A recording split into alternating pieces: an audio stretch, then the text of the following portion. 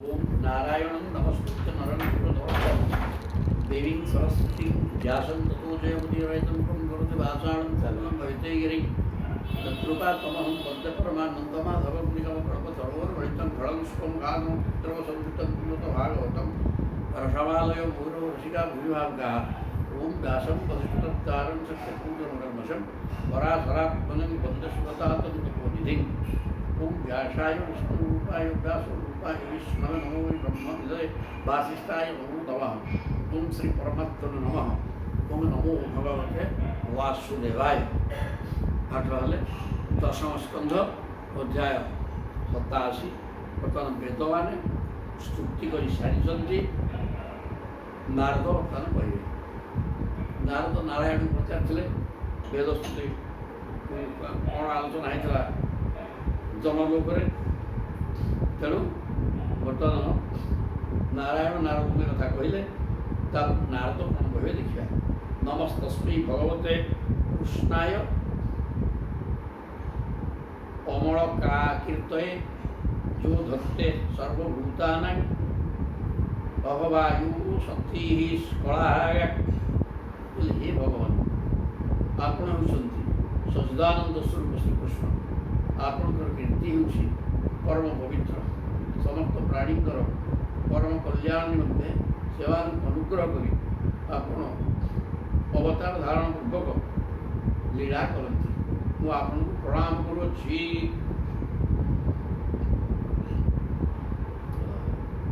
नारद कहते नमस्तस्मै भगवते कृष्णाय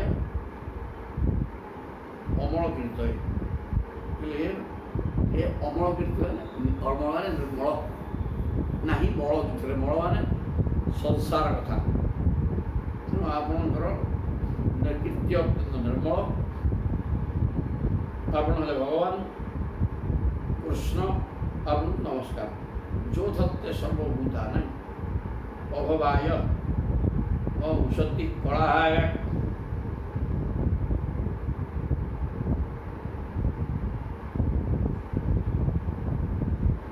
जो धत्ते सर्वभूतानां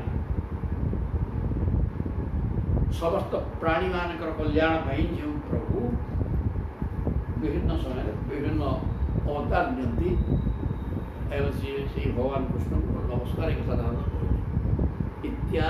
इत्याद्य ऋषिमा मानव्य तत्शिष्यांश महात्मन तत्व भगवत आश्रम साक्षात पितृद्वैपायन मेघे।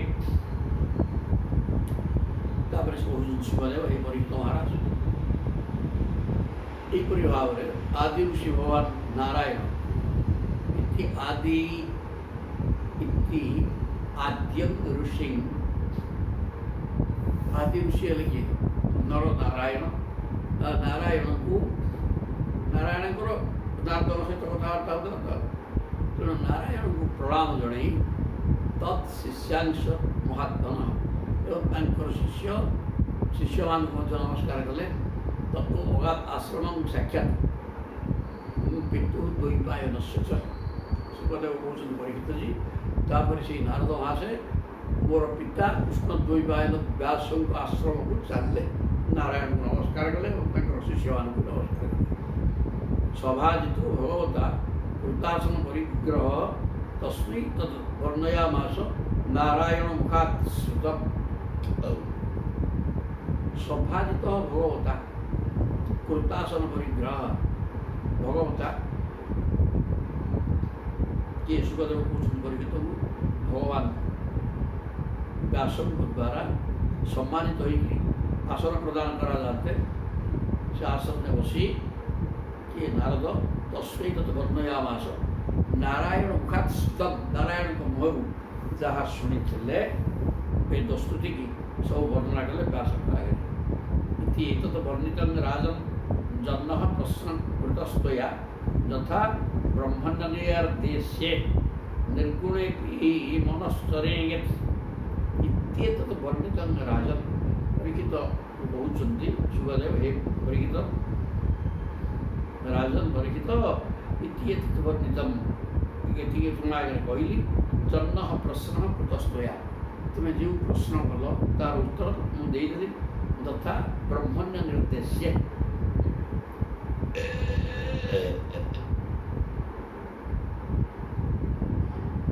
निर्गुणे भी मन सरे।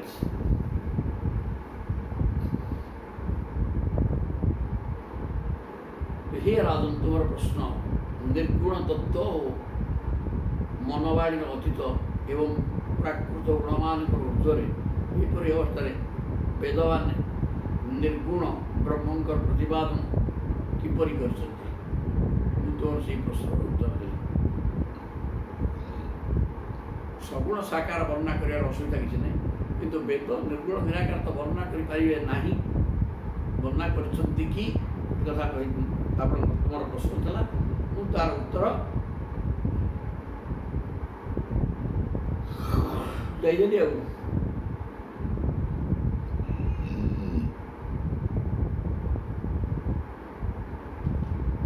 निर्गुण ब्रह्मकर प्रतिपादन परिकरण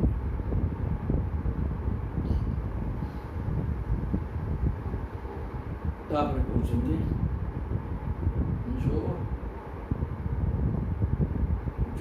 प्रेक्षक आदि मध्य निधने जो अव्यक्त जीवेश्वर जह सृष्टेद मनुप्रविश्य ऋषिणा चक्रे पुरः सा स्थिता जब संपद्य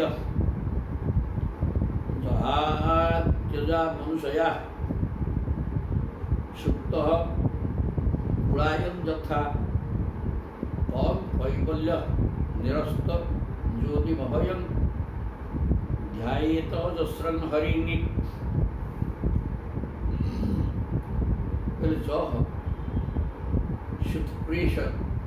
प्रेक्षक अस्य उत्प्रेक्षक आदि मध्य निधने जह अव्यक्त जीवेश्वर भगवान निज संकल्प बल यही विश्व निर्माण कर विश्वर आदि मध्य अंत जो अश्य जगत ये संसार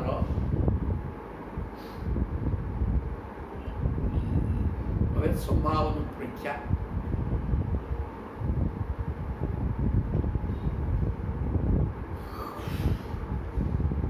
जो भगवान ये संसार स्रष्टा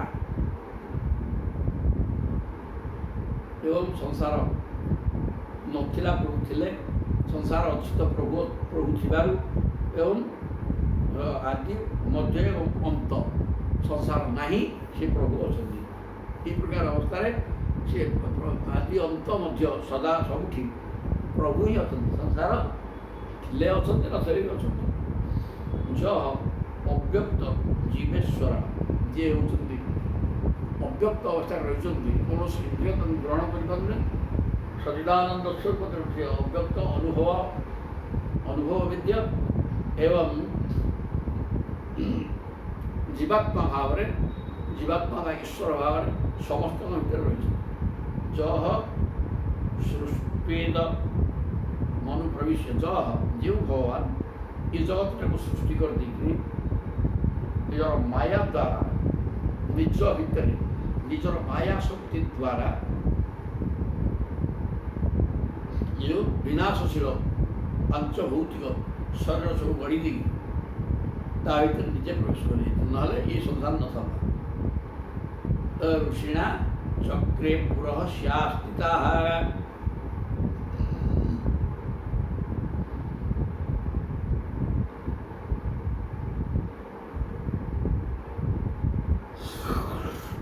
से जीव एवं प्रकृति जो अव्यक्त जीवेश्वर अव्यक्त प्रकृति एवं जीवात्मा उभयर मालिक प्रकृतिर मालिक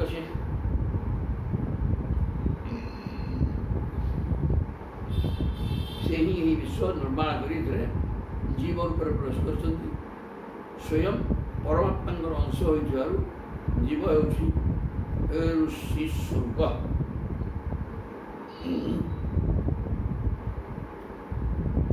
ଜୀବ ରହିବା ନିମନ୍ତେ ପରମାତ୍ମା ଦେହ ରଚନା କରିଛନ୍ତି। ଜୀବ ରହିବା ପାଇଁ ପରମାତ୍ମା ଦେହ କରିଛନ୍ତି ଆଉ ମାୟା ଦ୍ୱାରା। ପରମାତ୍ମା ହିଁ ସବୁ ଜୀବଙ୍କୁ ନିୟନ୍ତ୍ରଣ କରନ୍ତି।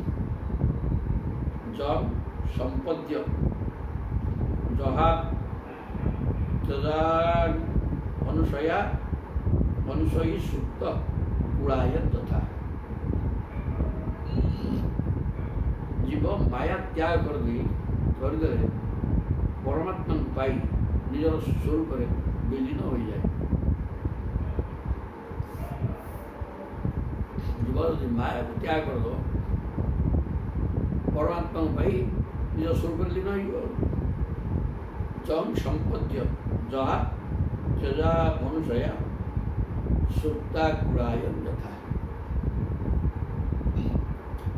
ଜୀବ ପରମାତ୍ମାଙ୍କର ଅଂଶ ଏବଂ ପରମାତ୍ମା ନିୟନ୍ତ୍ରଣକର୍ତ୍ତା ଜୀବାତ୍ମାମାନଙ୍କର।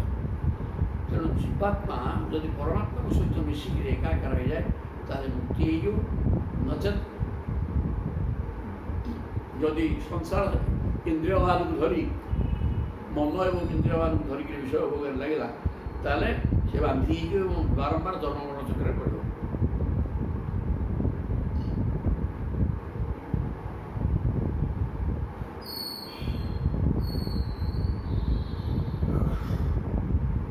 ତମ୍ କୈବଲ୍ୟ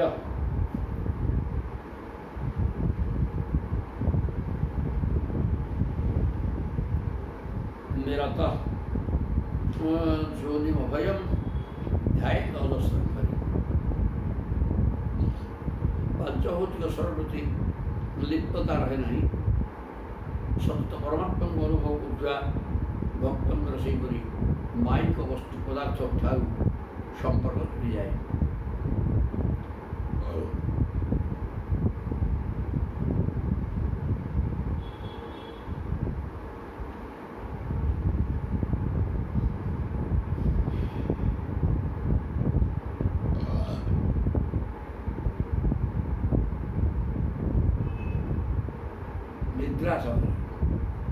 ନିଦ୍ରାରେ ଶୋଇଥିବା ଲୋକଟା ଯେମିତି ତାର ପାଞ୍ଚଭୌତିକ ଶରୀର ଅଛି ନାହିଁ, ସେ କଥା କିଛି ବୁଝିପାରେ ନାହିଁ।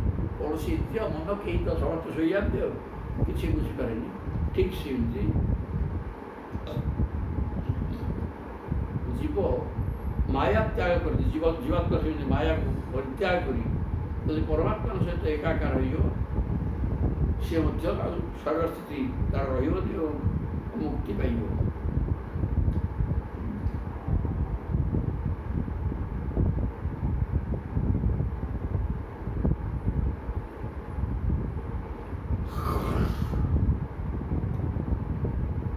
ଭଗବାନ ହେଉଛନ୍ତି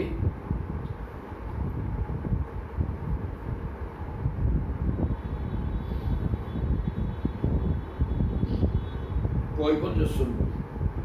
ତାଙ୍କର ଭଜନ କୀର୍ତ୍ତନ କଲେ ମନୁଷ୍ୟର ଜନ୍ମ ମୃତ୍ୟୁର ଆବର୍ତ୍ତନ ନଷ୍ଟ ହୋଇଯାଏ। ଭଗବାନ ହେଉଛନ୍ତି ମୁକ୍ତିଦାତା। ତାଙ୍କ ଭଜନ କୀର୍ତ୍ତନ କଲେ ସଂସାର ବନ୍ଧନରୁ ମୁକ୍ତି ମିଳିବ। ତେଣୁ ଭଗବାନଙ୍କ ଚରଣାରବିନ୍ଦ ଶରଣ ଗ୍ରହଣ କରିବା ଦରକାର। ତାହା ହିଁ ହେଉଛି ସର୍ବଶ୍ରେଷ୍ଠ ନିର୍ଭୟ ସ୍ଥାନ। ଧ୍ୟାୟେତ୍ ଅଜସ୍ରଂ ହରି। ତମ୍ କୈବଲ୍ୟ ନିରସ୍ତ ଯୋନି ଅଭୟମ୍। ସେ କୈବଲ୍ୟ କାନେ କେବଳ ସେ ଭାବ କୈବଲ୍ୟ, କେବଳ ଭଗବାନ ହିଁ ଏକମାତ୍ର ନିତ୍ୟ ବସ୍ତୁ ଏବଂ ତାଙ୍କୁ ପାଇଯିବାଟା ଆବଶ୍ୟକରେ। କୈବଲ୍ୟ ପୁଣି ନିରସ୍ତ ଯୋନି। ଯୋନି ମାନେ ବାରମ୍ବାର ଜନ୍ମ ଗ୍ରହଣ କରିବା। ସେ ହେଲା ପ୍ରଭୁ ହେଲେ ଜନାର୍ଦ୍ଦନ। ଜନ ମାନେ ଜନ୍ମ ଗ୍ରହଣ କରିବା ଜିନିଷଟାକୁ ଯିଏ ଅର୍ଦ୍ଦନ ମାନେ ପୀଡ଼ନ କରନ୍ତି, ଅର୍ଥାତ୍ ଜନ୍ମ ବ୍ୟବସ୍ଥା। ଆଉ ପ୍ରଭୁକୁ ଚିନ୍ତନ କଲେ ଜନ୍ମ ହେବାର ପ୍ରଶ୍ନ କିଛି ନାହିଁ। ପ୍ରଭୁ ଚିନ୍ତନରେ ରହିଲେ ଜନ୍ମ ମରଣ ଚକ୍ରରୁ ଉଦ୍ଧାର ହେଇଯିବ ଏବଂ ଅଭୟ ମିଳିଯିବ। ମୃତ୍ୟୁ ଭୟ ହେବାର ପ୍ରଶ୍ନ ନାହିଁ। ନିଜେ ପ୍ରଭୁ ହେଇଯିବ ଆଉ ମୃତ୍ୟୁ ଭୟ କାହିଁକି। ତେଣୁକରି ଧ୍ୟାୟତ ଚିରଂ ହରି ଧ୍ୟାୟତ ଅଜସ୍ରଂ ହରି। ତେଣୁ ଏହି ପ୍ରକାର ହରିକି ଚିନ୍ତନ କରିବା ଦରକାର, ଯାହାକୁ ଚିନ୍ତନ କଲେ ମୁକ୍ତି ମିଳିଯିବ ଏବଂ ଜନ୍ମମରଣ ଚକ୍ରରୁ ଉଦ୍ଧାର, ମୃତ୍ୟୁ ଭୟ ରହିବ।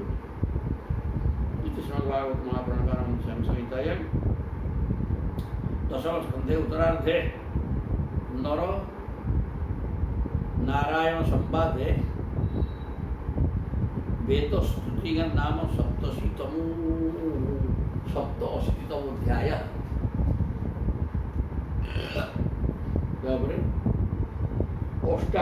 अष्टाशीतम अध्याय शिवंकर संकट मोचन कौन है देखिए।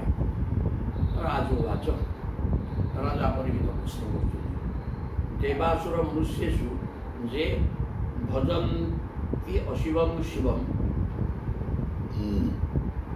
प्रायस्ते धनिनो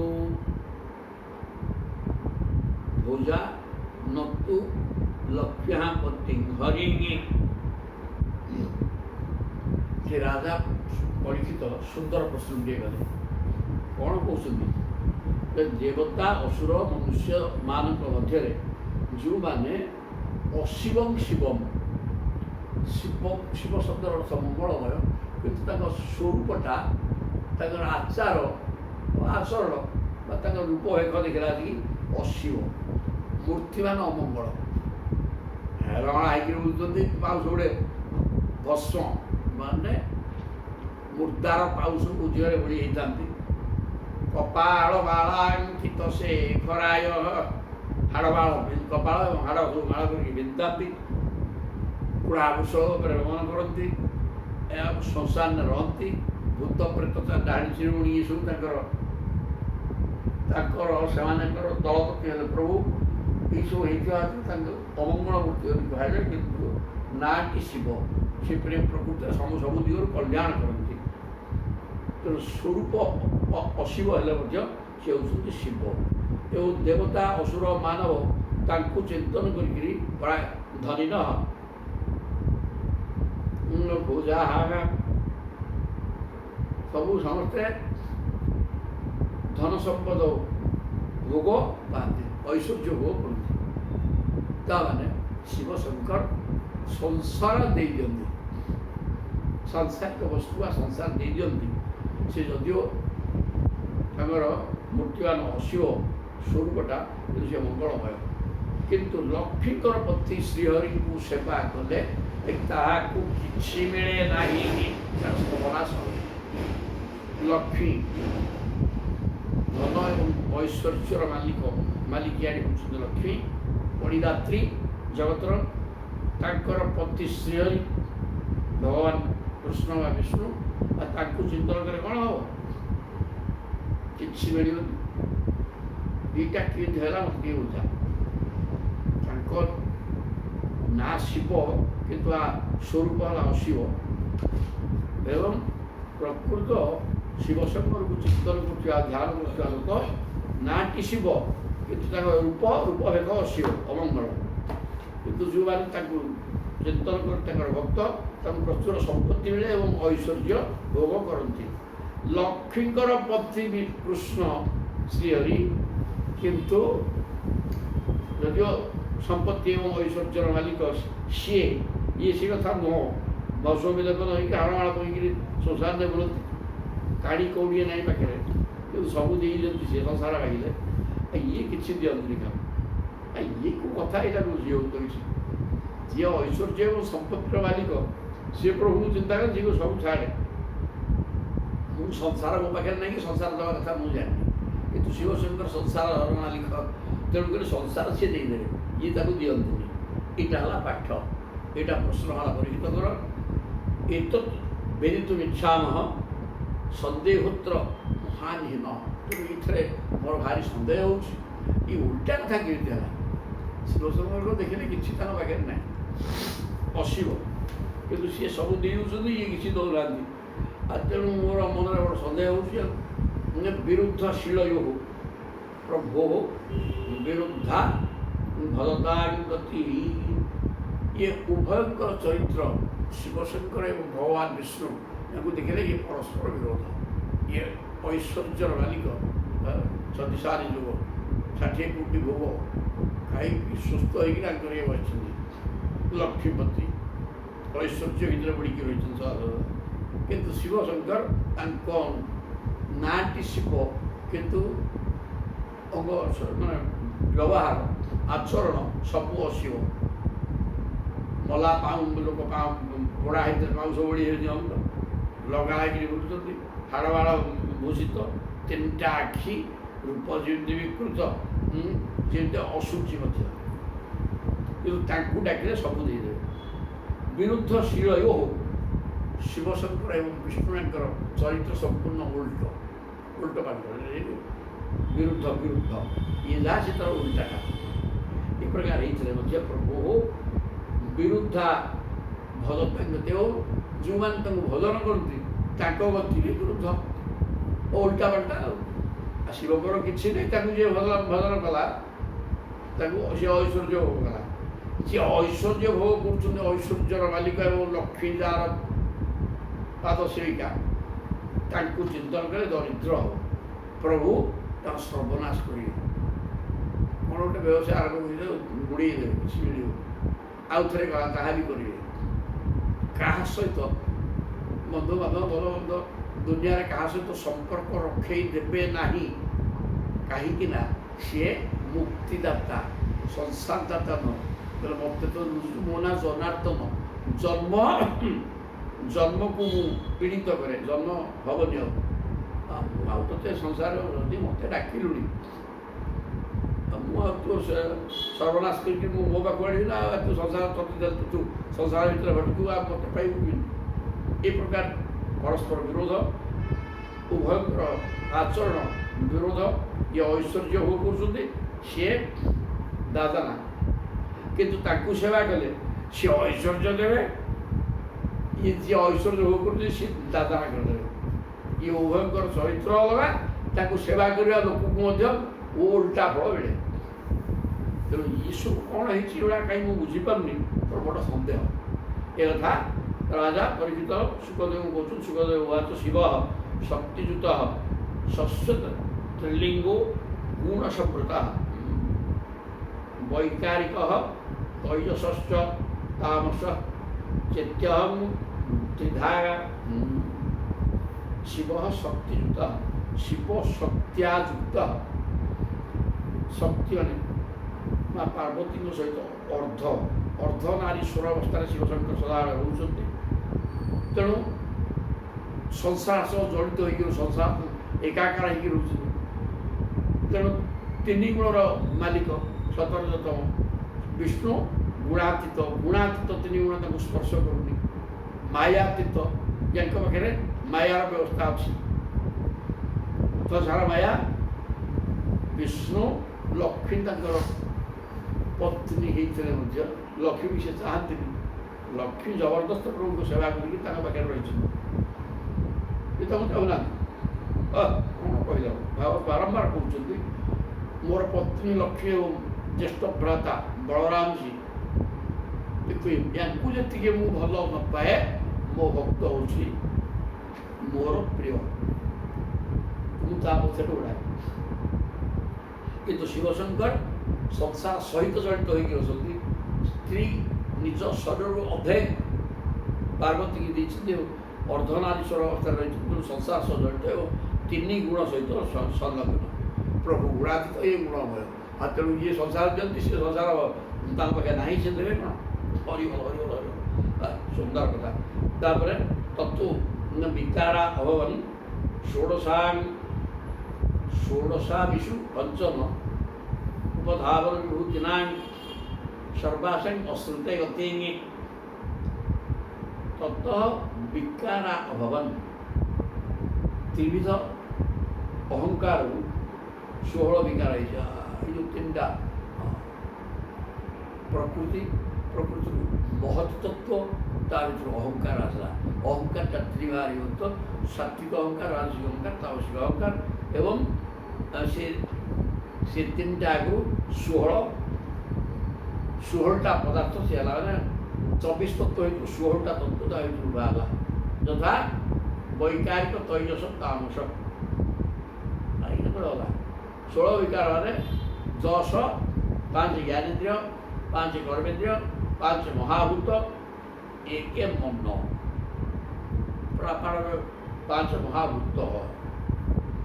মহাভূতের শরীর তিরিশ, 5 জ্ঞানেন্দ্রিয়, 5 কর্মেন্দ্রিয়,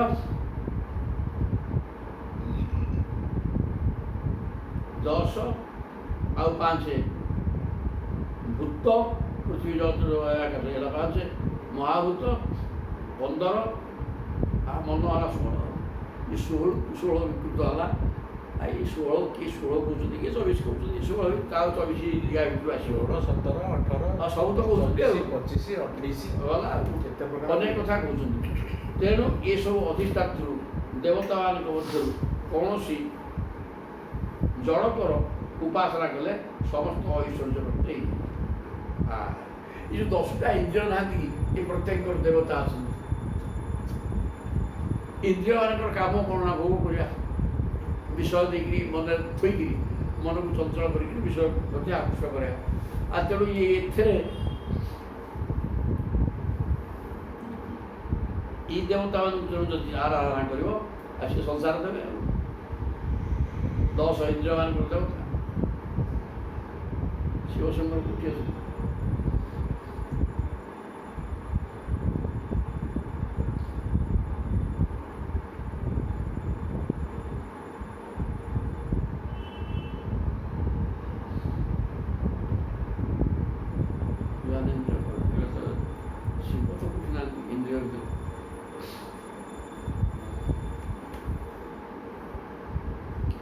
ବ୍ରହ୍ମା ବିଷ୍ଣୁ ଶିବ କ'ଣ ଅଛନ୍ତି? ବିଷ୍ଣୁ ତ ପାଦରେ ଅଛନ୍ତି, ବିଷ୍ଣୁ ପାଦରେ ଅଛନ୍ତି, ଘରେ ଅଛନ୍ତି ନା ପାଦରେ? ଶିବ ତ ଆତ୍ମା। ଆଉ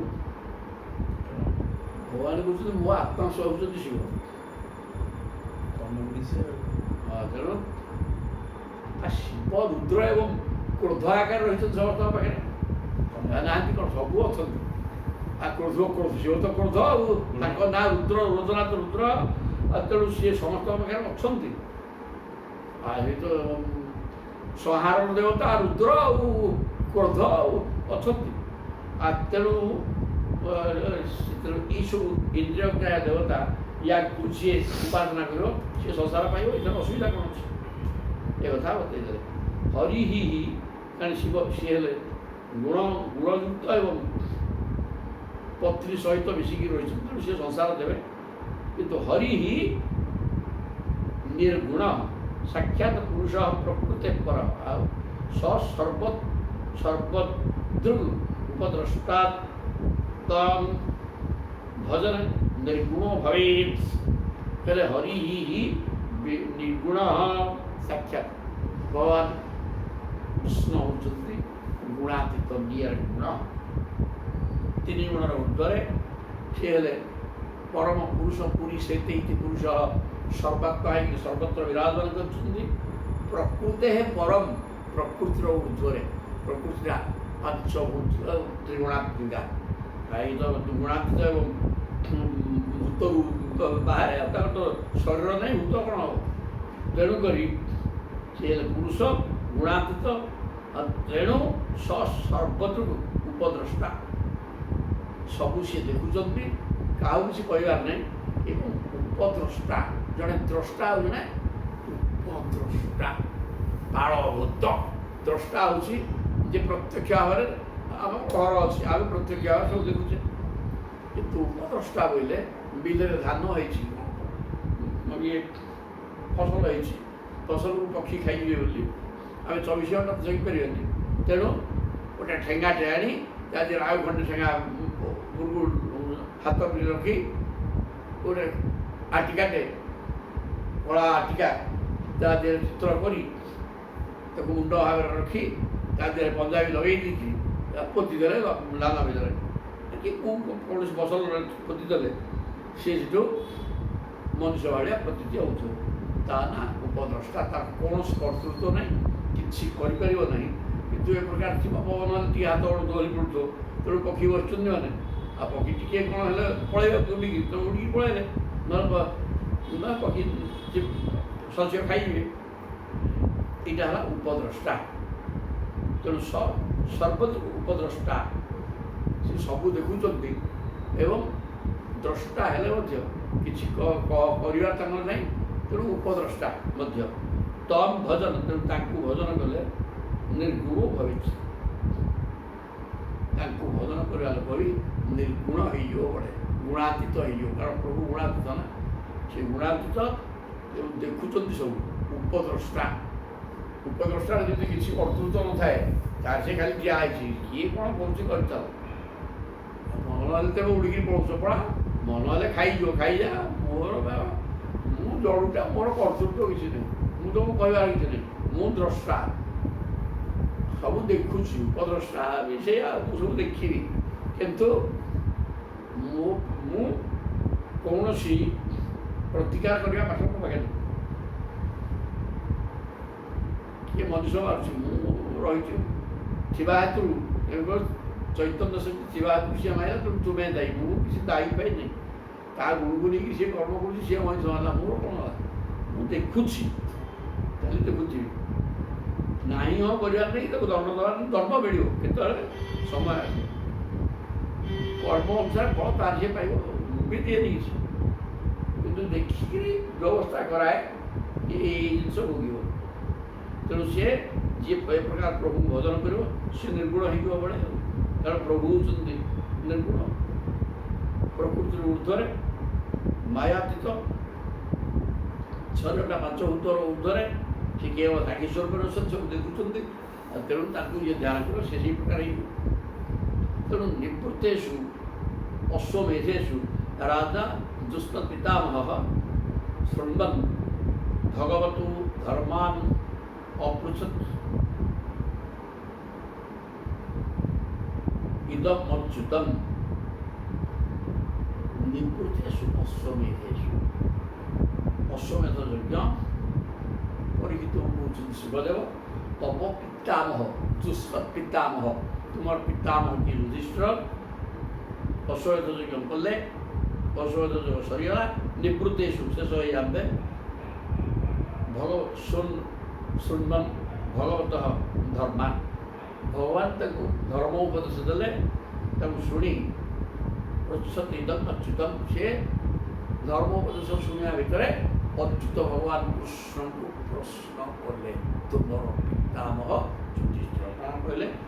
ସ ଆହ ଭଗବାନ ତସ୍ମୈ ପ୍ରୀତଃ ଶୁଶ୍ରୂଷବେ ପ୍ରଭୁ ନୃଣାଂ ନିଃଶ୍ରେୟସାର୍ଥାୟ ଯୋ ଅବତୀର୍ଣ୍ଣ ଜତୁଃ କୂଳେ।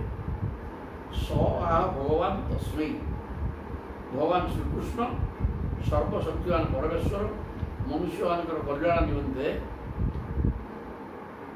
ସହ ଭଗବାନ ଆହ ତସ୍ମୈ ମାନେ ଯୁଧିଷ୍ଠିରାୟ, ଚତୁର୍ଥୀ ହେଉଛି ଯୁଧିଷ୍ଠିରଙ୍କ ପ୍ରତି, ଯୁଧିଷ୍ଠିରଙ୍କୁ କହିଲେ ଭଗବାନ ପ୍ରୀତଃ ଖୁସି ହେଇକି ଶୁଶ୍ରୂଷବେ ପ୍ରଭୁ। ଶୁଶ୍ରୂଷା ମାନେ ଗୋଟେ ସେବା ଶୁଶ୍ରୂଷା ନେଇକି ନା, ହଁ ପୁଣି ଆଉ ଗୋଟେ ଶୁଶ୍ରୂଷା ଅର୍ଥ ଅଛି କ'ଣ? ଶ୍ରୋତୁ ଇଚ୍ଛା ଶୁଶ୍ରୂଷା, ଶୁଣିବା ଇଚ୍ଛା। ଯୁଧିଷ୍ଠିର ପ୍ରଶ୍ନ କରିଛନ୍ତି, ଶୁଣିବାର ତାଙ୍କର ପ୍ରବଳ ଇଚ୍ଛା ଅଛି, ତେଣୁ ଶୁଣିବା ଇଚ୍ଛା ଥିବା ଯୁଧିଷ୍ଠିରଙ୍କୁ ଭଗବାନ ଶ୍ରୀକୃଷ୍ଣ କହୁଛନ୍ତି କ'ଣ କହିଲେ? ଯେ ନୃଣାଂ ନିଃଶ୍ରେୟସାର୍ଥାୟ, ନୃଣାଂ ସମସ୍ତ ନର ସମୁଦାୟଙ୍କର କଲ୍ୟାଣ, ନିଃଶ୍ରେୟସାର କଲ୍ୟାଣ ପାଇଁ, ଯଦୁଃ କୂଳେ ଅବତୀର୍ଣ୍ଣ, ତେଣୁ ଭଗବାନ କୃଷ୍ଣ ଯଦୁବଂଶରେ ଅବତାର ନେଇଛନ୍ତି, ଆବିର୍ଭାବ ହେଇଛନ୍ତି। ସେଇ ଭଗବାନ କୃଷ୍ଣ ବର୍ତ୍ତମାନ ତତ୍ତ୍ୱଜ୍ଞାନକୁ ଶୁଣିବାକୁ ଇଚ୍ଛା ଥିବା ଯୁଧିଷ୍ଠିରଙ୍କୁ କହୁଛନ୍ତି। କ'ଣ କହିଲେ ଦେଖିବା? ଶ୍ରୀ ଭଗବାନ ଉବାଚ, ବୋଇଲେ ଯସ୍ୟାହମ୍ ଅନୁଗୃହ୍ଣାମି ହରିଷ୍ୟେ ତଦ୍ଧନଂ ଶନୈଃ ବା ତତୋ ଅଧନମ୍ ତ୍ୟଜନ୍त्यସ୍ୟ ଶୋଚନା ଦୁଃଖ ଦୁଃଖିତମ୍। ବୋଲେ ଏଇ ପ୍ରଶ୍ନଟା ଯୁଧିଷ୍ଠିର ବି କରିଥିଲେ ରାଜସ୍ୱ ଯଜ୍ଞରେ ଭଗବାନଙ୍କୁ। ନାରଦ ବର୍ତ୍ତମାନ ଏଇଠି ରାଜା ପରୀକ୍ଷିତ ଯେଉଁ ପ୍ରଶ୍ନ କଲେ ତାର ଉତ୍ତର କିଛିଟା ଦେଇଦେଲେ କି ପ୍ରଭୁ, ଜଣେ ଶିବଶଙ୍କରକୁ ଚିନ୍ତା କରୁଛି, ସିଏ ଦରିଦ୍ର ହେଇଥିଲେ ତ ଧନ ଦେବେ, ଯିଏ ଲକ୍ଷ୍ମୀପତି ସିଏ ଦରିଦ୍ର କରିଦେବେ। ଏଇ କଥାଟି ଏଇଟା ହେଲା ପ୍ରଶ୍ନ। ତାର ଉତ୍ତରରେ ମଧ୍ୟ ବ୍ୟାସ କହିଦେଲେ ଯେ, ସୁଖଦେବ କହିଲେ ଯେ ତୁମେ ଏଥିରେ କିଛି ଅସୁବିଧା ନାହିଁ, କାରଣ ଶିବଶଙ୍କର ହେଉଛନ୍ତି ସାଂସାରିକ ସଂସାର ଧରିକି ରଖିଛନ୍ତି ପାଖରେ, ପତ୍ନୀ ହେଲା ସଂସାର, ତେଣୁ ସେ ଶରୀରରୁ ଅର୍ଦ୍ଧେ ଦେଇକି ତାକୁ ଧରିକି ରଖିଛନ୍ତି ଏବଂ ସେ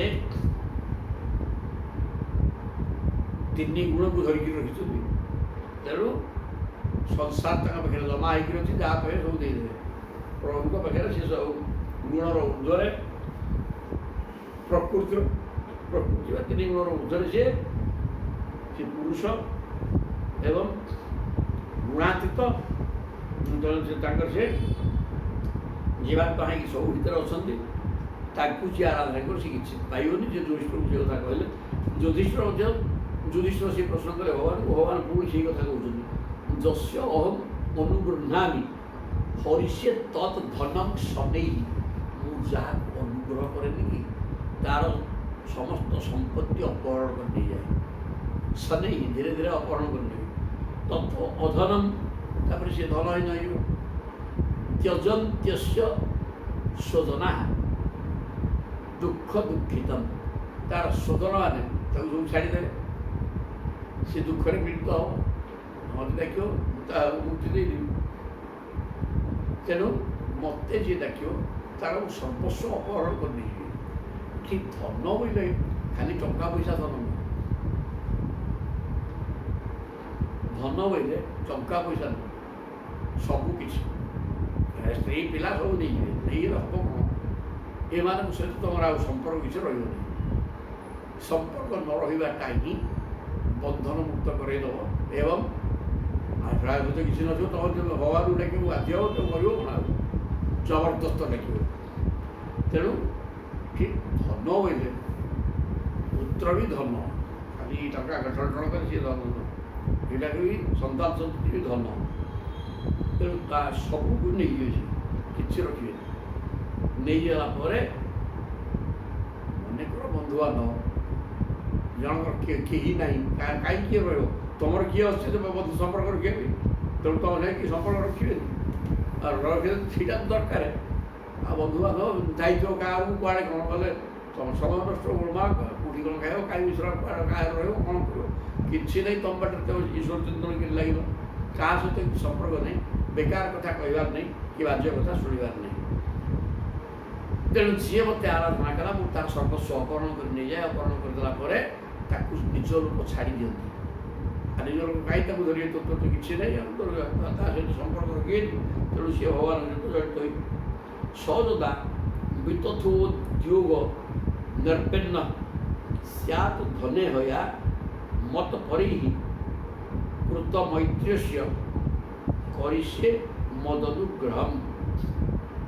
ଯେତେବେଳେ ସିଏ ବିତଥ୍ୟ ବାରମ୍ବାର ଉଦ୍ୟମ କରି ସାଂସାରିକ ଭୋଗ ସାମଗ୍ରୀ ପାଇବା ପାଇଁ କ'ଣ ଗୋଟେ ଦୋକାନ ଦେଇଥିଲା, ଗଲା ସେଥିରେ ହେଲାନି, ଆଉ ଗୋଟେ କ'ଣ ସେଠୁ ବ୍ୟବସାୟ କଲା, ପରିବା ଦୋକାନ କଲା କି ଅନ୍ୟ କ'ଣ ଗୋଟେ କରୁଥିଲା, ଆଉ ଗୋଟେ କ'ଣ କଲା, ସବୁ ବିନାଶ ହେଇଯିବ। କୌଣସି ପ୍ରକାର ଧନ ଉପାର୍ଜନ କରିପାରିବ ନାହିଁ। ତାପରେ ସେ ଦୁଃଖରେ ଆଉ କିଛି କରିବନି। ଧନ ଚିନ୍ତା କଲେ କିଛି ମିଳିପାରିବ ନାହିଁ। ତେଣୁ ମତ ପରିଃ କୃତ ମୈତ୍ର୍ୟସ୍ୟ, ତେଣୁ ବାଧ୍ୟ ହୋଇକି ମୋ ସାଙ୍ଗରେ ମିତ୍ରତା କରିବ ଏବଂ ମୁଁ ତାକୁ ମୋ ସହିତ ସମ୍ପର୍କ ସ୍ଥାପନ କଲା ପରେ ସଦାସର୍ବଦା ତାର ମନ ଭିତରେ ମୁଁ ରହିଯିବି, ଯାହାଫଳରେ ସେ ମୋର ଅନୁଗ୍ରହକୁ ପାଇବ। ତତ୍ ବ୍ରହ୍ମ ପରମଂ ସୂକ୍ଷ୍ମଂ ତନ୍ମାତ୍ରମ୍ ସଦନନ୍ତକମ୍ ସତ୍ ଅନନ୍ତକମ୍। ସବୁବେଳେ ବୁଝେଇବ। ଅतो ମାଂ ସୁଦୂରାରାଧ୍ୟಂ ହିତ୍ୱା ଅନ୍ୟାନ୍ ଭଜତେ ଜନ। ତେଣୁ ଯାହାକୁ ମୁଁ ଦୟା କରେ ତାର ସବୁ କିଛି ଦେଇଯାଏ। ସଂସାର ସୁଖ ଯାହା ମାଧ୍ୟମରେ ହେବ ସମସ୍ତଙ୍କୁ ହଟେଇ ଦିଏ। ହଟେଇ ଦେଲେ ସେ କରିବ କ'ଣ? ଟିକେ ତାର ଆଗ୍ରହ ଥିଲା, ମୋ ପାଇଁ ଯେ ଏକଦମ ମଜିଯିବ ମୋ ପାଖରେ ଭକ୍ତ ହେଲା ତେବେ ସବୁ ମୋର ଅସୁବିଧା କିଛି ନାହିଁ। ତେଣୁ ସଯୋଦା ତତ୍ ବ୍ରହ୍ମ ପରମମ୍ କିଂ ତତ୍ ବ୍ରହ୍ମ ପ୍ରଶ୍ନ ହେଇଥିଲା କି ତାର ନାହିଁ। ତେଣୁ ତତ୍ ହିଁ ବ୍ରହ୍ମ ହରି ହି ଓಂ ତତ୍ ସତ୍ ଏ ସବୁ ବ୍ରହ୍ମବାଚକ ଶବ୍ଦ। ହରି ହି ବ୍ରହ୍ମ, ଓಂ ବ୍ରହ୍ମ, ତତ୍ ବ୍ରହ୍ମ, ସତ୍ ବ୍ରହ୍ମ। ତେଣୁ ତତ୍ ବ୍ରହ୍ମ ସେଇ ଯେଉଁ ବ୍ରହ୍ମ ପଦାର୍ଥ ସେ ହେଲେ ପରମମ୍। ପରମ ମାନେ ସର୍ବଶ୍ରେଷ୍ଠ, ପ୍ରକୃତିର ଉର୍ଦ୍ଧ୍ୱରେ ସେ ହେଲେ ପରମ ପୁରୁଷ। ପରମମ୍ ସୂକ୍ଷ୍ମମ୍, ତାଙ୍କର ଆକୃତି ନାହିଁ, ଆକାର ପ୍ରକାର କିଛି ନାହିଁ, ଅତ୍ୟନ୍ତ ସୂକ୍ଷ୍ମ, ସତ୍ୟ ଜ୍ଞାନ ଆନନ୍ଦମୟ, ଜ୍ୟୋତିର୍ମୟ, ଚିନ୍ମାତ୍ର ଚିତ୍ ଜ୍ଞାନମୟ, ସତ୍ ସତ୍ ଚିତ୍ ଆନନ୍ଦ, ସତ୍ୟ ସ୍ୱରୂପ, ସତ୍ୟ ନିତ୍ୟ। ସତ୍ କହିଲେ ଥିଲେ, ରହିଛନ୍ତି, ରହିବେ ଏବଂ ନିର୍ଦ୍ଦିଷ୍ଟ ସ୍ଥିତିରେ, ଅପରିବର୍ତ୍ତିତ ସ୍ଥିତିରେ। ସତ୍ୟ ଅନନ୍ତକମ ଏବଂ ପ୍ରଭୁ ହେଲେ ଅନନ୍ତ ଅସୀମ। ଏହି ପ୍ରକାର ଅତୋମାନ। ତେଣୁ ମୁଁ ହେଲି ସୁଦୂରାରାଧ୍ୟମ୍। ମୋତେ କିଏ ଆରାଧନା କରିକିରି ପାଇପାରିବେ ନାହିଁ ରେ, କାହିଁକି ନା କିଏ ନିର୍ଗୁଣ ନିରାକାରକୁ ଆରାଧନା କରିକି କିଏ ପାଇବ? ତେଣୁ ସୁଦୂରାରାଧ୍ୟମ୍ ହିତ୍ୱା ଅନ୍ୟାନ୍ ଭଜତେ ଗଣତି। ତେଣୁ ସମସ୍ତେ ମୋତେ ଛାଡ଼ି ଦିଅନ୍ତି, ଅନ୍ୟ ଦେବତାକୁ ପୂଜା କରନ୍ତି। କିଛି ପାଇବା ଆଶା ଥିଲେ ସେ ମୋତେ କାହିଁକି ଡାକିବ?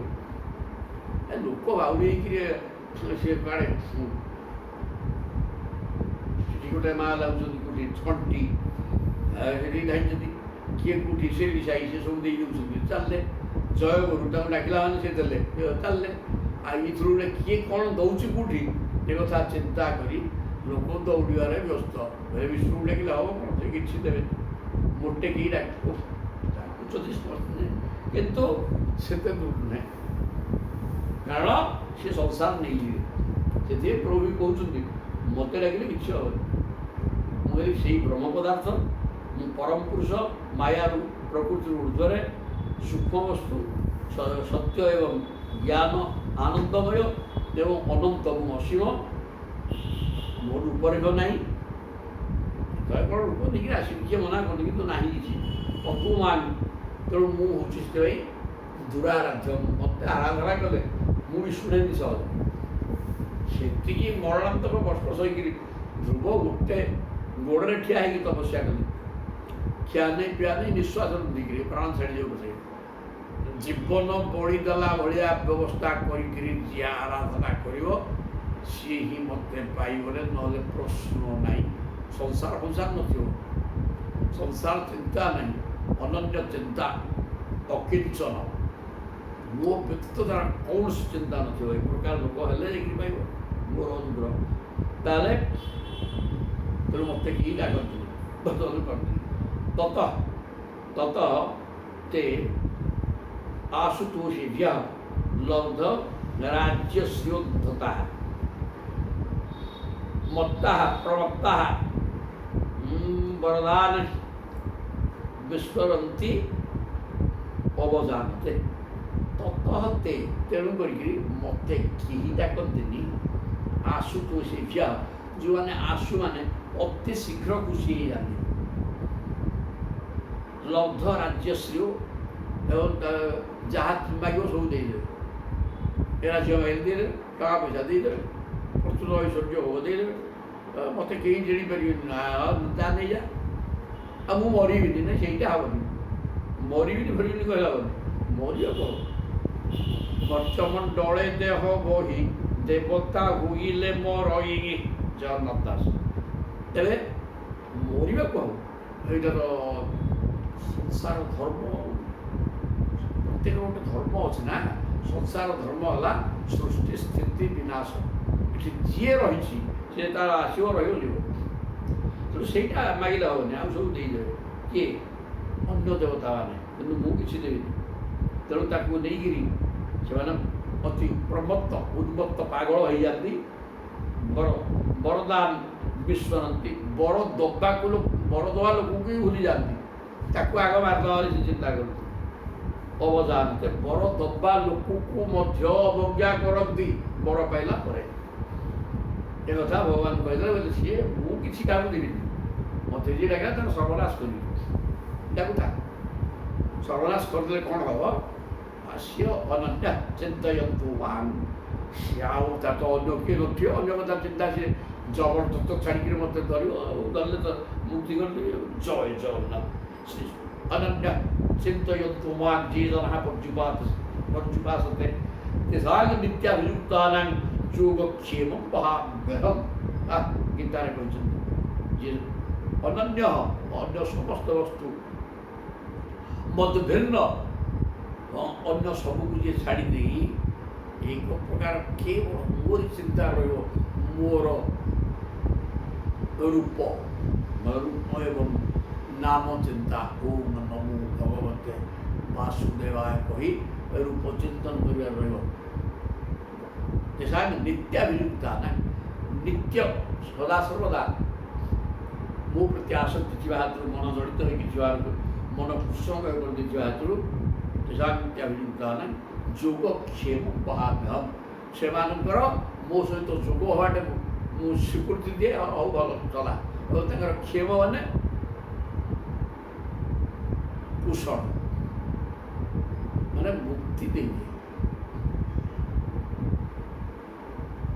ଯାହା ଅପ୍ରାପ୍ୟ ବସ୍ତୁ, ଯୋଗ ଶବ୍ଦ ଅର୍ଥ କ'ଣ କରେ? ଅପ୍ରାପ୍ୟ ବସ୍ତୁ ପ୍ରାପ୍ତି।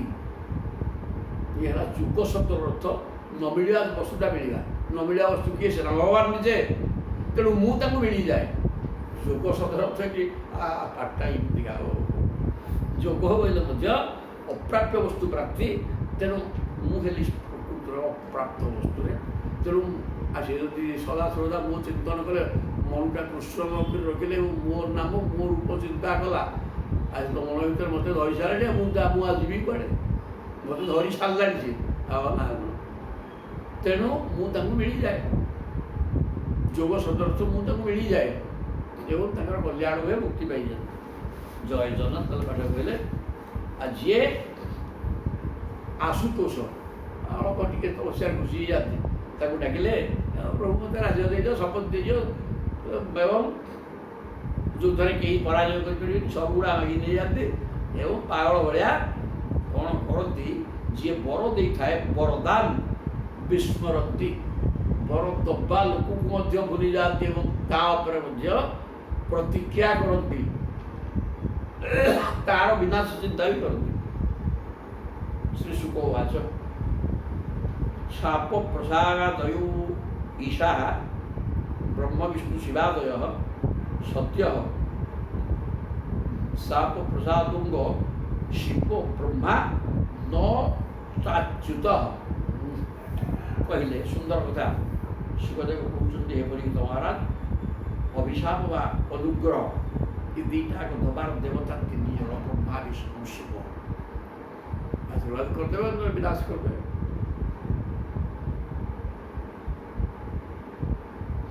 ଉପେ ବର ତପେ ବର ଏମିତି କହନ୍ତି ଶିବଶଙ୍କର। ତେବେ ସତ୍ୟ ଶାପ ଶିବଶଙ୍କର ସାଙ୍ଗେ ସାଙ୍ଗେ ଅଭିଶାପ ଦେଇକି ବିନାଶ କରିବା ବ୍ୟବସ୍ଥା କରିଦେବେ ଏବଂ ସାଙ୍ଗେ ସାଙ୍ଗେ ଅନୁଗ୍ରହ କରିଦେବେ। ଆହୁରି ଟିକେ ସବୁ ଦେଇଦେଲେ ଯା। ଏଇ ପ୍ରକାର ହେଲା। ତେଣୁ ଶିବ ବ୍ରହ୍ମା ଏ ଦୁଇ ଜଣ ଯାକ ଅଭିଶାପ ଦେଇଦେବେ କାହାକୁ, କାହାକୁ ସବୁ ବର ଦେଇଦେବେ ଯାହା ନେଇକି ପଳା। କିନ୍ତୁ ଅଚ୍ୟୁତ ସିଏ କାହାକୁ ଅଭିଶାପ ଦେବେନି କି କାହାକୁ କିଛି ସାଂସାରିକ ଜିନିଷ ଦେବେ, ତାଙ୍କ ପାଖରେ ଶୁଣାକ ନାହିଁ। ଏ ଦୁଇ ଜଣଙ୍କର କାମ ଏହା। ଅତ୍ର ଚୋଦାହରନ୍ତି ଇମଂ ଇତିହାସଂ ପୁରାତନଂ ବୃକାସୁରାୟ ଗିରିଶୋ ବରଂ ଦତ୍ତ୍ୱା ଆପସଙ୍କଟମ୍। ତେଣୁ ଏ ବିଷୟରେ ବ୍ରହ୍ମା ଶିବ ବର ଦେଇକି କେମିତି ହଇରାଣ ହୁଅନ୍ତି, ଏହାର ଗୋଟେ ଇତିହାସ ଅଛି। ତେଣୁ ଏ ବିଷୟରେ ମୁଁ ବର୍ତ୍ତମାନ ଗୋଟେ ପୁରାତନ କଥା ତମ ଆଗରେ କହୁଛି, ଶୁଣ। ଶୁକ କହୁଛନ୍ତି ପରୀକ୍ଷିତଙ୍କୁ, ବୃକ ନାମ ଦେବ ଗୋଟେ ଅସୁର ଗିରିଶ ମୃଡ଼ା ଶିବଶଙ୍କରଙ୍କୁ ତପସ୍ୟା ଖୁସି କରି ବରଂ ଦତ୍ତ୍ୱା ଶିବଶଙ୍କର ଖୁସି କରିଦେଲା, ସେ ବର ଦେଇଦେଲେ। ଆଉ ସେ ବର ଦ୍ୱାରା ନିଜେ ସଙ୍କଟ ଉପରେ ପଡ଼ିଲେ। ବୃକ କେମିତିକା କହୁଛି ଶୁଣ। ବୃକ ନାମ ଅସୁର ପୁତ୍ର ଶକୁନେ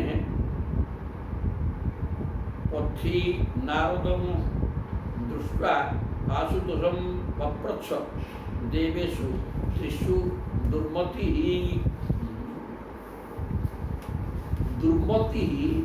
ବୃକ ନାମ ଅସୁର କଶ୍ୟ ଶକୁନେ ପୁତ୍ର। ଶକୁନି ଗୋଟେ ଥିଲା ଦୁର୍ଯ୍ୟୋଧନଙ୍କର ମାମୁଁ। ତେଣୁ ସିଏ ନୁହଁ,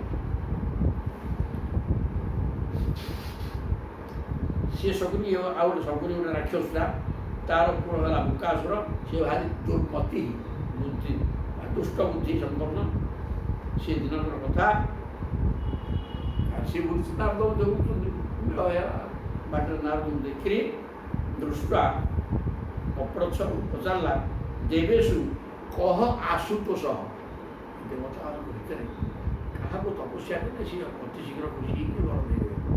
ମୋତେ ସେତିକି କହନ୍ତୁ, ତାକୁ ହିଁ ତପସ୍ୟା କରିବେ। ଆଉ ଅସୁର ଗୁଡ଼ାକ ତ ଖାଲି ଚାହିଁବେ ସଂସାର କଥା। ଆଉ ତେଣୁ ସ ଆହ ଦେବଂ ଗିରିଶଂ ଉପାଧାବ ଆଶୁ ସିଦ୍ଧ୍ୟସି।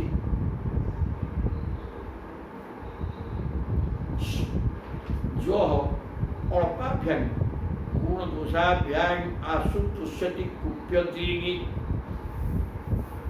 नारद बतेले देवं गिरीशं उपाधु आशु सिद्ध्यति। गिरीश मैंने शिवशंकर को तू उपासना कर, अति शीघ्र वर पाइबु। जह अल्पाभ्यां से अल्प गुण खुशी जाती, अल्प दोष क्रोध भी करती। सामान्य गुण कौन टे साधारण पूजा करदे, पत्र फूल फल पानी देकर खुशी हो जाती। जो टिके कौन दोष कले राइट अभिशाप दिखते। ये तेणु शिवशंकर सुविधा पाई चला तपस्या कर। तेणु दशास्य बाणयो तुष्ट स्तुवतु और बंदी को बंदी नोरिव ऐश्वर्य अतुलम दत्वा तत्त आप सुसंकटम। से रावण तपस्या कर शिवशंकर पाई से प्रत्यक्ष भाव डाकिले वो करते। आ बाणासुर बाणासुरटा शिव को पाई शिव ता राज्य सुरक्षा दायित्व थे। 1000 हाथ एवं राज्य सुरक्षा थे। तेणु अनिरुद्ध बाणासुर कन्या उषा सहित जो अनिरुद्ध आसिक उषा सहित संपर्क रखिला, देखी बाधिकी रखिले निज राज्य भर। भगवान आसे युद्ध कर कृष्ण बलराम, कृष्ण सहित भगवान शिवशंकर युद्ध कले। कहीं राज्य रक्षा था दायित्व। तेणु शिवकर कम सब यही प्रकार खुशी कार राज्य रक्षा हम झी राजा रक्षा तो चाकर परी कम राज्य किए रक्षा कर सौम्य सामंत भल मत करेंगे ना तेज कहीं द्वारा रही था। तेणु यहाँ शिवकर कम। रावण को खुशी वर देते सेटा समस्त जगतर पीड़क है से मला। तेणु ऐश्वर्य अतुलम दत्वा प्रचुर संपत्ति से देदेवे तत्त आप सुसंकटम। तापरे भीषण संकट में पड़ी जाते सी सागे सागे घुसी गोटे बर देदेवे एवं निजे भी संकट में पड़ती। इति आदिष्ट तम असुर उपाधावत स्वगात्रतः केदारव आत्मक्रव्येन जुहानो अग्निमुखम हरिंगे। इति आदिष्टः। आदिष्टः केन? नारदेन आदिष्टः। ନାରଦଙ୍କର ଆଦେଶ କ୍ରମେ ସେଇ ଯେଉଁ ବୃକ ନାମଧେୟ ଅସୁର ଶକୁନିର ପୁଅ କ'ଣ କଲା ଉପାଧାବତ ଗାତ୍ରତଃ କେଦାର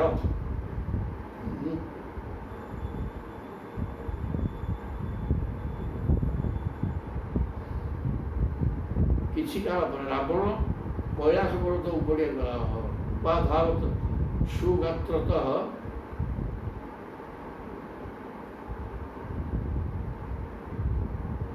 କେଦାର ଆତ୍ମକ୍ରବ୍ୟେଣ ଜୁହାନ ଅଗ୍ନିମୁଖ ଧରି ବାଣାସୁର ତାଙ୍କୁ ତାର ନଗର ରଖି କରି ଦେଇଥିଲା ତା ଶବ୍ଦ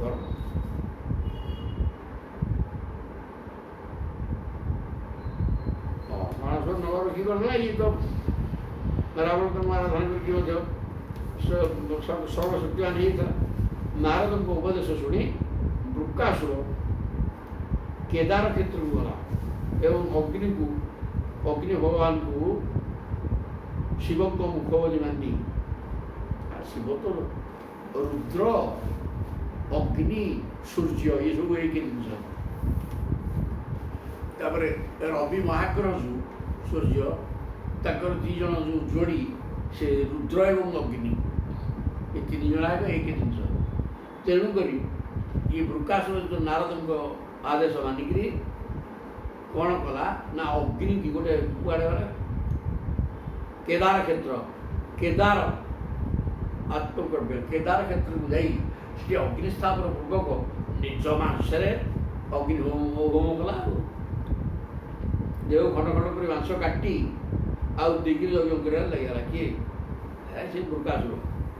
ତେଣୁ ଦେବ ଉପଲବ୍ଧିମ ଅପ୍ରାପ୍ୟ ନିର୍ବେଦତ ସପ୍ତମେ ହନି ଶିର ବୃଞ୍ଚତ ଶୋଧିତିନାଙ୍ଗା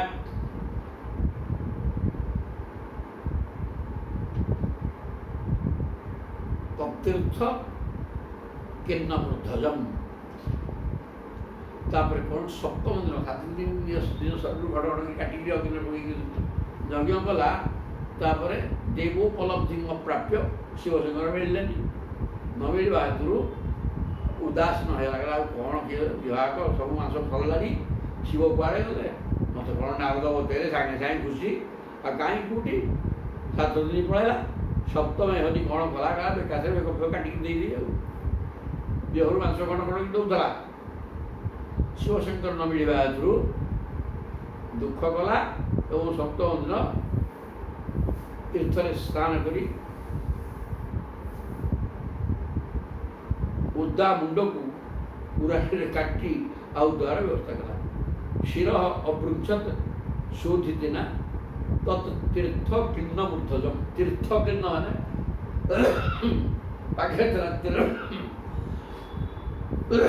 ନଦୀ ତା ଭିତରେ ବୁଡ଼ିକିରି ଗାଧେଇଲା ମୁଣ୍ଡ ସହ ପାଣି ବହୁଛି ମୁଣ୍ଡରୁ ସେ ମୁଣ୍ଡଟାକୁ କାଟିକିରି ପକେଇବ ବୋଲି ଅଗ୍ନି ବ୍ୟବସ୍ଥା କଲା। ତବା ମହାକାରୁଣିକ ସଧୂର୍ଯ୍ୟଟି ଯଥା ବୟଂ ସାଗ୍ନି ଏରିବଥିତୁ ନଳାତ୍ ନିଗୃହ୍ୟ ଦ୍ରହ୍ୟାଣ୍ ଭୁଜಯೋର୍ନ୍ୟବାରେଣ ତତ୍ ସରସରତ୍ ଭୂୟଃ ଉପସ୍କୃତାକୃତି। ତଦା ମହାକାରୁଣିକ ସଧୂର୍ଯ୍ୟଟି ତାପରେ ସେ ଧୂର୍ଯ୍ୟଟି ନିରଲୋହିତ ଶିବଶଙ୍କର। ଶିବଶଙ୍କର କ'ଣ କଲେ ଅତ୍ୟନ୍ତ ଦୟାଳୁ ଏଇଟା ଜୀବନ ହରେଇଦେବାରେ ମଧ୍ୟ ନମ୍ନ ପାଇକିରି ଯଥା ଭୟଂ ସା ଅଗ୍ନିରିବ ଚିତୁ ନଳା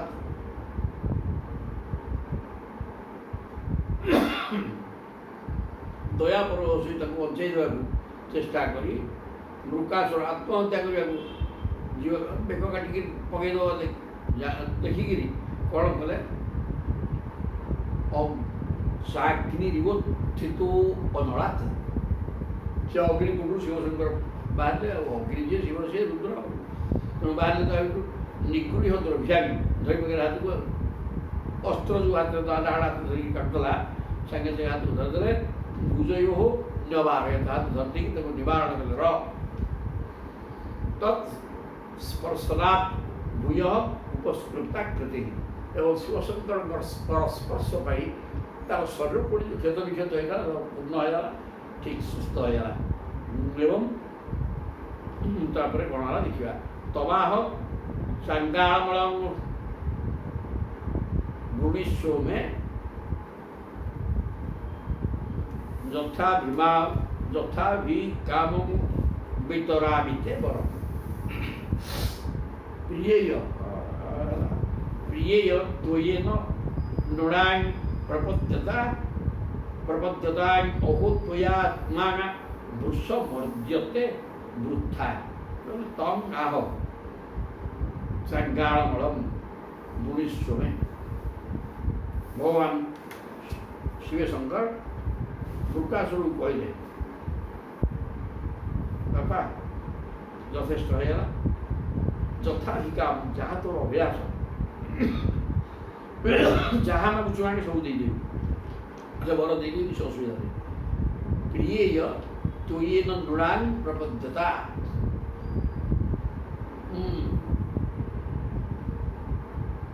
और भक्त केवल जल टिके देदेले मु खुशी हो जाए प्रिय तो ये नृणां प्रबद्धता अभिषेक बारी देखिए अभिषेक करदे मु खुशी हो जाए इतने कष्ट कर देहमुंड मांस काटिक गाई उठी बस तपस्या सामान्य टिके मु खुशी हो जाए अहो तो या आत्मा भूसमर्जते वृथा आत्मा ने निज शरीर को ये आत्मा बोले शरीर आत्मा आत्मा ये कौन अर्थ तब ये निजर शरीर शरीरटा थिले सीना तू तपस्या करू कि मत डाकू क्या डाकू तो शरीर देखिए तो बसिक यज्ञ कर बेक काटा जाए काम न तो पैंट टे खुशी तू ये कथा न जानिक शरीर कर तू कहीं वृथा मिछे देवम जोड़े सब शेष कला दी मिनट देवम सब प्रे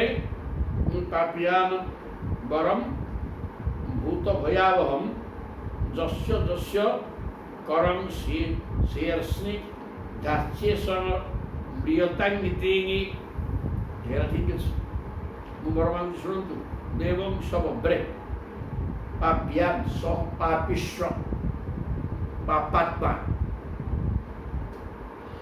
बर मांगला प्रकाशर वरम भूत भयावह सबू भूतमान भय देला भाया बर आजा मुंडे हाथ थोबी सी मर जस्य जस्य करम शीर्षनि मुंड जहाँ जहाँ जहाँ जहाँ जहाँ मुंडे मु हाथ रखी सी सागे सागे मरीग प्रियतांगी चढ़ीज ये हाल तो ये दरकार बढ़िया तत्सुक्ता भगवान रुद्र दुर्मना इव भारत सुखदेव कहते भारत के परिहित महाराज बर्तमान ये कथा शुणिक भगवान रुद्र दुर्मना मुंडा खराब भाग्य हिंदी गोटे कौन बर मागे ओम गीति कौन करेंगे बर मागे कहते आगे देवी कहला पुणी ना करें तेणु ओम ओम मैंने हाँ प्रहसन तस्में हसी दिखी ददे अहेर अहे अमृतम यथा अहि माने सापू को अमृत देला बढ़िया ये दुर्मति दुर्मति विशेषण दिखाई दुष्ट बुद्धि संपन्न प्रकाशुर को बर देदेले जा मुंडे हाथ से जड़ीज शिवशंकर बर देदेले सत्य बड़दाटा भूल बोली जानते तथापि बर देदेले कौन हम देखिए था